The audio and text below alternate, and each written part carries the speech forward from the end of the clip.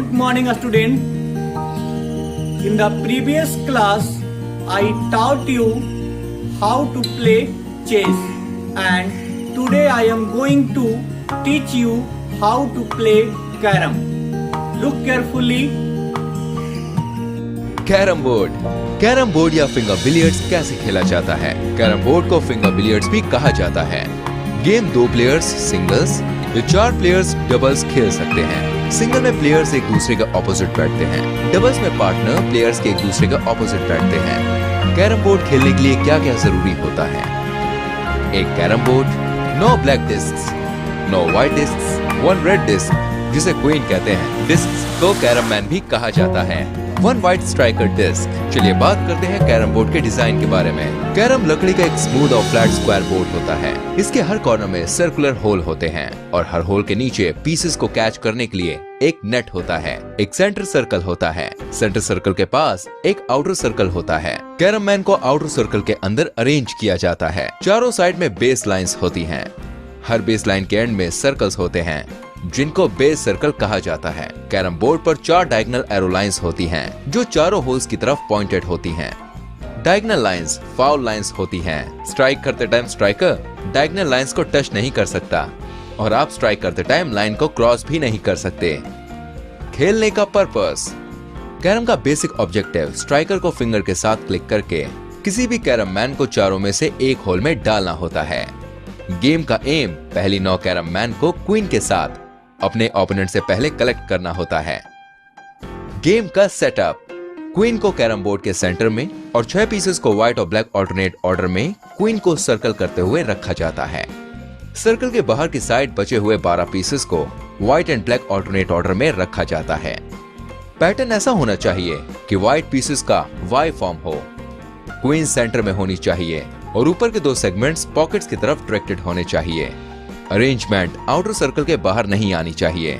अब बताते हैं कि पहले कौन खेलता है। पहले कौन खेलेगा?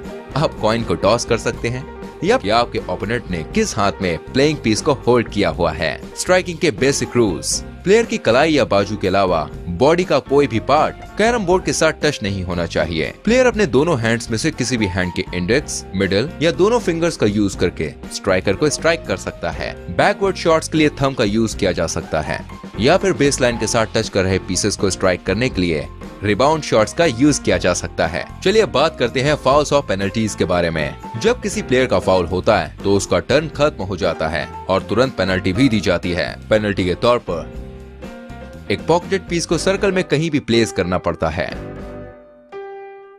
फाउल्स को इन सभी सिचुएशंस में रिकॉर्ड किया जाता है। अगर स्ट्राइकर होल पॉकेट में चला जाए, अगर प्लेयर पहले ही स्ट्राइक में क्वीन को पॉकेट कर ले, अगर प्लेयर अपने पीस के साथ ही स्ट्राइकर को भी पॉकेट ले जाए, अगर स्ट्राइकर या कोई अदर पीस बोर्ड के बाहर चला जाए, अगर प्लेयर क्वीन के साथ ओपोनेंट के पीस को पॉकेट कर ले तो क्वीन के साथ अपने एक पीस की पेनल्टी भी भरनी पड़ती है। अगर प्लेयर क्वीन के कवर होने से पहले ही अपने फाइनल पीस को भी पॉकेट कर लेता है, अगर प्लेयर ओपोनेंट के फाइनल पीस को पॉकेट कर लेता है तो ओपोनेंट के पीस के साथ अपने एक पीस की पेनल्टी भरनी पड़ती है। अगर आपका स्ट्राइकर सिर्फ ओपोनेंट के कैरम मैन को ही टच करता है तो भी फाउल होगा। आपको कम से कम एक कैरम मैन या क्वीन को टच करना जरूरी होता है। अगर पेनल्टी के टाइम पर कोई पीस अवेलेबल नहीं होता तो पेनल्टी पेंडिंग रहती है जब तक कि पीस अवेलेबल नहीं होता। अगर ओपोनेंट नेक्स्ट एंड स्टार्ट करने से पहले ऐसा करना भूल जाता है तो सारी पेंडिंग पेनल्टीज माफ हो जाती है। इन सभी सिचुएशंस में प्लेयर अपना टर्न खो देता है। अगर प्लेयर कैरमैन को हिट करने के लिए स्ट्राइकर को पुश करता है, अगर प्लेयर की आर्म्स बोर्ड पर बनी डायगोनल फाउल लाइन को क्रॉस करती हैं, अगर प्लेयर अपने 3 अटेम्प्ट्स में भी करेक्टली ब्रेक नहीं कर पाता, अगर प्लेयर स्ट्राइकर के अलावा किसी दूसरे पीस को टच कर देता है। चलिए गेम शुरू करते हैं। एक प्लेयर को सभी ब्लैक पीसेस को पॉकेट करना होता है और एक प्लेयर को सभी व्हाइट पीसेस को पॉकेट करना होता है। कैरम मैन को शूट करने के लिए स्ट्राइकर इस तरह से प्लेस होना चाहिए कि वो दोनों बेस लाइंस को टच करे या फिर स्ट्राइकर बेस लाइंस के एंड में बने रेड सर्कल्स पर प्लेस्ड होना चाहिए। जब एक प्लेयर स्ट्राइकर के साथ कैरम मैन के सर्कुलर पैटर्न को स्ट्राइक कर देता है तो गेम स्टार्ट हो जाता है। एक सिंगल प्लेयर या टीम को पूरी गेम में सिर्फ एक ही कलर के पीस को स्ट्राइक करना होता है और उनको जितना जल्दी हो सके पॉकेट करना होता है। हर प्लेयर के पास एक राउंड में सिंगल चांस होता है। अगर प्लेयर अपने पीस को पॉकेट कर लेता है तो उसे एक एक्स्ट्रा चांस मिलता है क्वीन की कवरिंग।